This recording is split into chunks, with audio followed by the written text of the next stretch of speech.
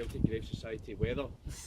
And I've, on one or two occasions in the past, had the honour to be invited to speak, say a few words on behalf of the club at these events. And I'm not sure if it is a coincidence that on those two previous occasions it has been weather like this, so it's maybe something for Brendan to bear in mind on future occasions. First of all, welcome to Roy, grandson of James Hay, representing the family here, and as Brendan says, Jim Craig, our patron of the Celtic Graves Society, isn't able to be here, but he always, whenever he spoke in the past, he always has this lovely line of, first of all, congratulating you for having such an illustrious ancestor. Also, on behalf of the Celtic support, thanking you, because obviously the club in our history has benefited from what your grandfather did.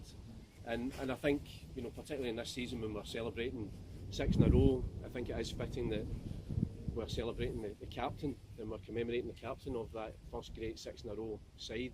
And the captain is always, if you think of the other sides that have won 6 in a row, the current team and our current captain, and of course the Jock Stein's great side that went on to win 9 in a row, and the greatest captain of them all, and Billy McNeil, and such an important figure in any team. And I think James Hay would have certainly been one of those great figures. And obviously we all sing the Willie Maley song, and that line of gave us Johnson, Tully, Murdoch, Auld and Hay, and I think we've been blessed to have had two legendary Hays in our history. No Davy relation, Hay, of course. it should maybe claim Davy Hay, of course, a Celtic legend, of course, James Hay, and part of that great 6 in a row side that did make history at the time. He was also in the Celtic side, as Brendan said, that won the Scottish Cup in 1904. I think it was the first major trophy won in the green and white hoops. And I think, again, a significant moment. And the current manager, Brendan Rodgers, he often spoke about, when he's talking about the club and about his knowledge of the history of the club, and he talks about sometimes the jersey can prove to be too heavy for players, that sometimes we've signed players who maybe have all the ability in the world, but the pressure when they put that green and white jersey on, it's something that some of them can't handle. And so I think James Hay certainly proved that he could handle that green and white jersey, and the expectations, not just on the field but off the field, the expectations of the support of a community, and hence the reason why I think we're here today to celebrate his achievements. Right, obviously he won the 6 league titles, he won 4 Scottish Cups, made about 255 appearances, and when I was looking at some of the stats for that 6 in a row side, I think they played 192 games over those six in a row. They only lost 23 of those games and only conceded 153 goals. And I'm sure James Hay, is that famous half-back line of Young, Loney and Hay, would have been instrumental in making sure that was the foundation and the bedrock of that great success. And I was looking for, trying to just get a couple of comments, just the quotes of people who maybe would have seen him play and would have assessed it in one of the books. Nowadays, Celtic, I can't think of another club in the world that has the amount of literature, the amount of books that are written about our club and about our famous players. And I think we've probably got one of the most famous, if not the most famous, authors here in Pat Woods, historian, who's written some remarkable books in his book on Lisbon. If you haven't read it, then you should, because it is, I would say, the definitive book on Celtic. But back in the day, Willie Maley wrote a book, The Story of the Celtic. I think it came out to celebrate our 50th anniversary, and then there was a book that came out in about 1960 called The Celtic Story by James Handley. He was also known as Brother Clare. He was a Marist brother who'd been the headmaster of St Mungos, so he had that connection obviously as a Marist, as a teacher in the local East End, and also he was a big Celtic man as well. And there's a couple of lines just in a book that he wrote that I was going to just read here about James Hay. There's a certain poetry to this which I don't think in modern day journalism that you're going to ever hear in relation to Celtic, but this is a description of, I think, really that 6 in a row side, the power of them. And James Handley wrote, "The man on the terracing is seldom moved by poetic urges, but his predecessor felt each week something akin to the stirring of the Define as he rolled off his tongue trippingly and lovingly a litany that made music for him in 5 sweet symphonies: Bennett, McMenemy, Quinn, Summers and Hamilton. And behind them, ready for the cut and thrust of the game, stood the Porthos, Athos and Aramis of the football field, Young, Loney and Hay. The two lines drew equilateral triangles between them with the ball, or moved forward with the smooth and forceful precision of piston rods, the diesel-powered Quinn in front, thundering along the track to goal. And even when you read that, you think, well, no wonder we won 6 in a row when we have. And also, he after we'd won 6 in a row, and he includes an assessment from a sports writer of the time. He doesn't say what newspaper the sports writer was writing for, but I'm guessing from the fact he was waxing lyrical about us, I'm going to make a stab in the dark. It was something like the Glasgow Observer at the time. It might have been the Man in the Know. So he goes through the team, and then he talks of Captain James Hay. Is there in all of Scottish half-back lines of this season any finer general, any more tactful or heady commander, or one who can control the forces under him so profitably, causing them to work and with each other as if they were not exactly men but parts of a machine? And I think because we don't have, it's one of the things whenever you come to these events and you're remembering these great figures, it's a shame that we don't have the luxury of any footage of these guys that we can look back on, because when you read the kind of the poetry, and obviously they've inspired somebody to wax lyrical like that, you think it must have been extraordinary to have stood in those terraces and to watch these guys play, because obviously they were part of something absolutely magnificent. So as I say, I think it's fantastic that we're here in this 6 in a row season to celebrate the captain of the 6 in a row season, the very first 6 in a row triumph. As Brendan said, I think like all Celtic supporters, I think you have to be a supporter of what the Celtic Graves Society do. I think two of the great organisations within the club are connected to the club that I think that epitomise everything that we kind of hold dear to Celtic Football Club, or Celtic FC Foundation, who are doing just incredible work, going back to the charitable roots of the club and really spreading the great, a whole, I think it was 20 of them are just back from Malawi, having spent 10 days there, working in a really practical sense, but also spreading the good news of Celtic. And the other side of that is the Celtic Graves Society, who are making sure that our history is not only honoured but kept alive, because this history is something that we are proud of, and it's something that we should continue to celebrate, and we will continue to celebrate in the many years and decades to come, that we will pass on to the next generation. So I think you can never thank Brendan and the rest of the guys in the Celtic Graves Society enough for what they do, and commend them. And I say, I think the fact that we're all here today and a lovely sunny day is testament to that. So thanks very much, and thanks very much for coming along.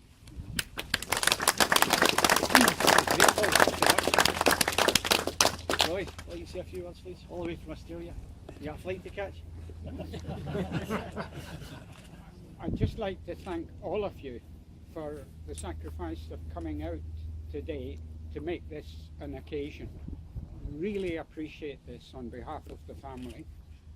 We thought we would be half a dozen of us on our own, but I think this shows that, as you were saying, Paul, that this club has always appreciated its history ever since its early days, and has commemorated in a variety of different ways. You can look through the jubilees and you'll see where the club brings its people together, and they appreciate what has been added to their lives by the fact of Celtic Football Club.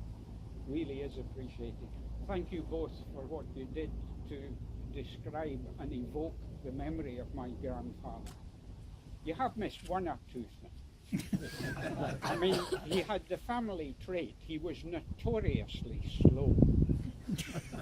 You mentioned Alec Bennett. I mean, he did transfer to Rangers, and he was a whippet, and everybody was waiting to see what would happen. He came down the right wing, and there would either be a left back or a left half waiting for him, and he'd leave the old guy for dead.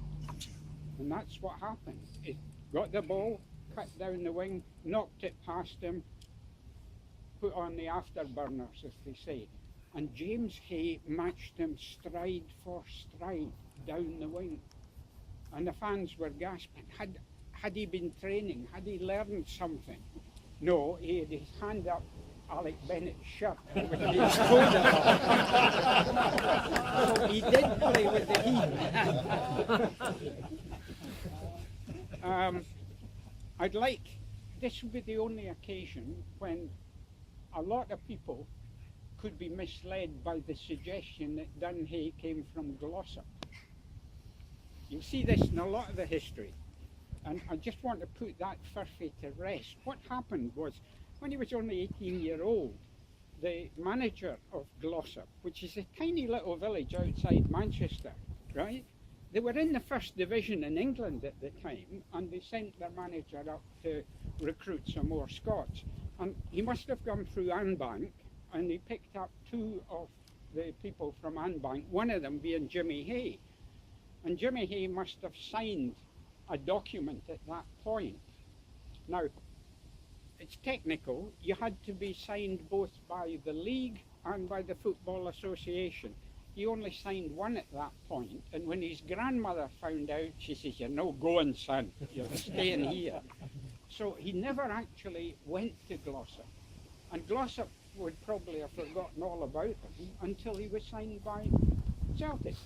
And that explains why Celtic paid £100 for Dunn Hay, 50 to Ayr, and 50 to settle up with Glossop. So can we drop the Glossop connection? He's really an Ayr man who went to Celtic. And the rest, of course, is history.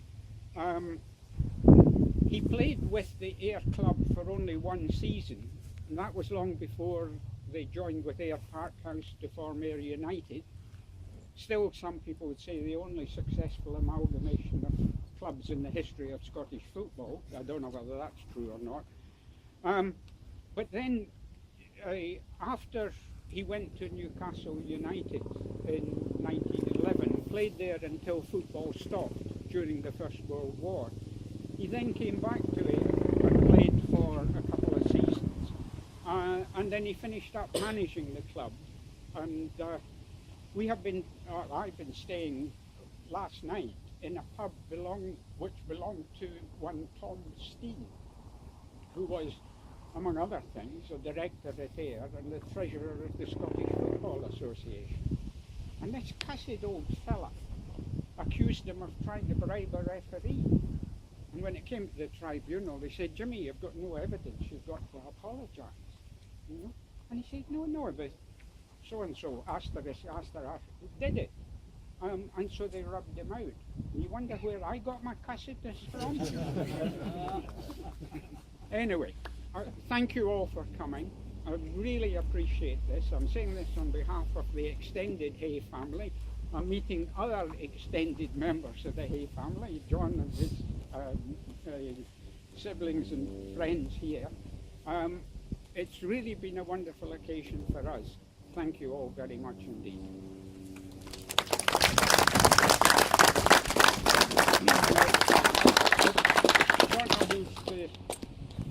Can I give it to you, Brendan, on behalf? Would you believe there's a history of football in Australia, and there are two pieces of self-indulgence in this. One of them is a photograph of Dunn Hay in 1910 with the Scottish team playing against England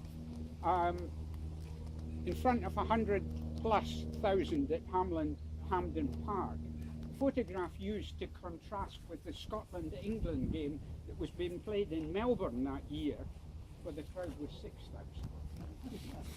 And the other bit of self-indulgence is my son, because he could actually play football as well. So, thanks. Here a copy of that, and a little thing on football and war that we did. So, Thanks very much. thank you all.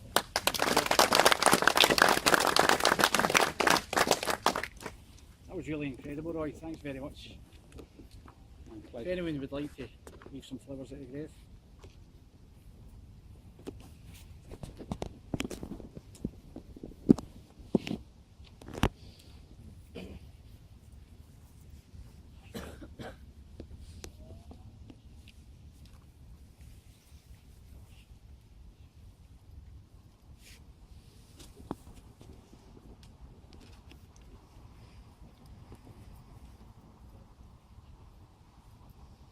Closing, we'd just like to thank everyone for attending this special commemoration, especially to the family for giving us permission to hold this event. We'd also like to thank the people of Ayr, people of Ayrshire, and the supporters of Ayr United Football Club as well, if there's any here. Yes. If anyone would like a booklet to celebrate today's event, please see our glamorous sales assistants Kevin and Paul. The next ceremony in Ayrshire will hopefully be to celebrate Sonny Jim Young, who played alongside James Hay. He's buried in Kilmarnock, so we'd love to see you all there. Thanks very much.